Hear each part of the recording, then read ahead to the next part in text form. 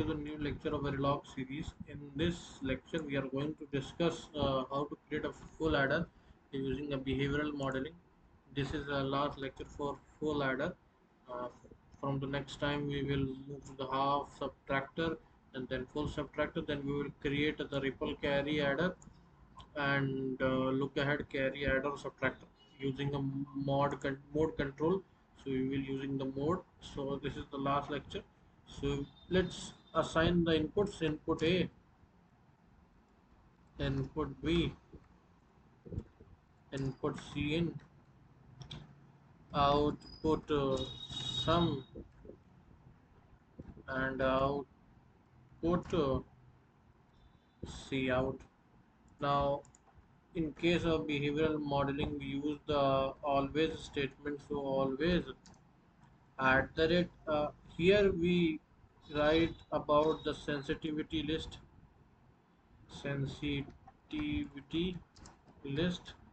So here we mention all the inputs code that are um, under this action of this always block. So if we do not want to mention all the inputs, we will just write the asterisk, and then we will write the begin and then end here. Inside this block we will just do what we will say, that cout comma sum is equals to a plus b plus c. So that's it. It is showing the red sign. It means I have made some mistake. That is, I forgot that whenever we write the always block, and this one is called blocking assignment. Uh, and in the sequential part, if we will get the time, there is something called non-blocking assignment also. So we use this statement generally in case of sequential circuit, and this blocking assignment in case of combinational circuits. So what mistake I made is we are assigning these values inside the always block, and whenever we assign any value to the variable inside of our port inside this always block, we have to declare it as a reg type. Then that will be fine. So just need to declare them as a reg type, and then next everything will be fine. So that's it. I guess it is completed. For now, let us just go and check the schematic, how it will create the schematic for it. Right now, for the schematic, we do not need a test bench.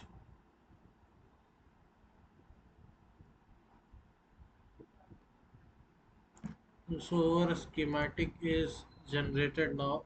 This sorry, say our schematic is generated. We have A and B. We just add them, and at the end we just add with C in. Then according to that, sum and C out will be assigned. That is schematic.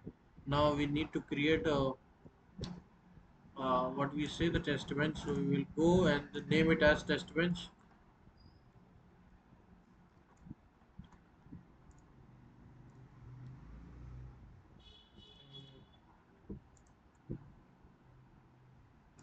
So I've already created a test bench. So to save the time, we all already have seen how to create a test bench, and go in the simulation sources, assigning the reg and wire.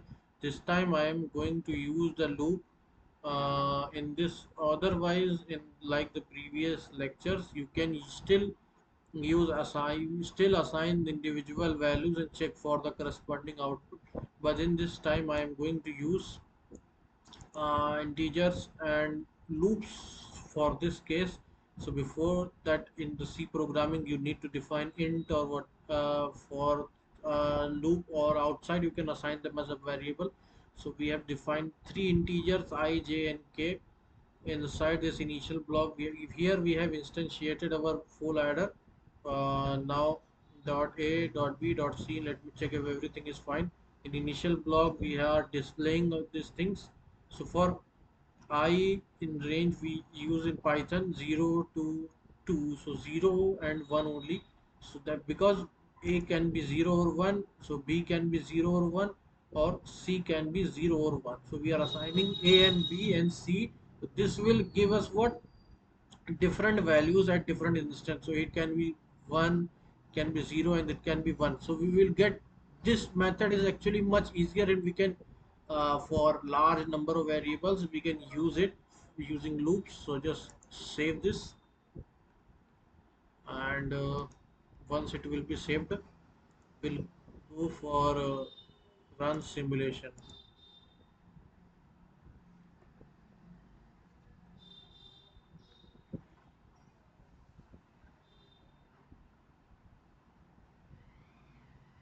Let us go and check for the console when 000 001 010 011 this 101 this and this. Yeah, it is fine, it is working fine.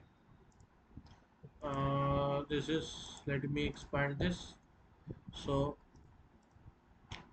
for first, what is happening here,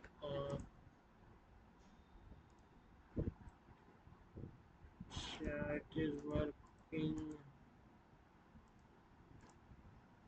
Something is not fine here. Okay,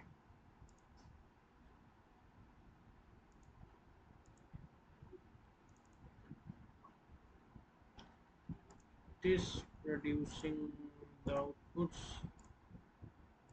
It's a very smaller instant of time, and that is why it is unable to do it, because we just assign the, let me assign here as a 10 nanoseconds of time. That will be satisfactory, can be distinguishable.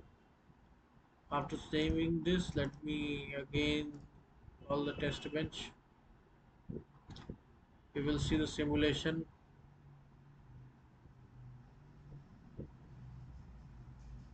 Let us go here and now find out.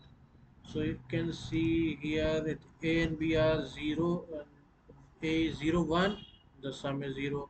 Here we have a 1 0, here we have 1 1, so and C is 0, so 0 1. Here we have 1 1 1, so sum is 1. That's it. So in this lecture we discuss how to create a full adder using a behavioral modeling. We use blocking assignment here. Inside the always statement, we today we learned that whenever there is any value that is assigned inside the always block, we need to declare as a register type. We learned about how to use loops. There is nothing new here. If you know C programming or C++, you can easily create loops here, and we seen the simulation and the schematic. That's it. Thank you.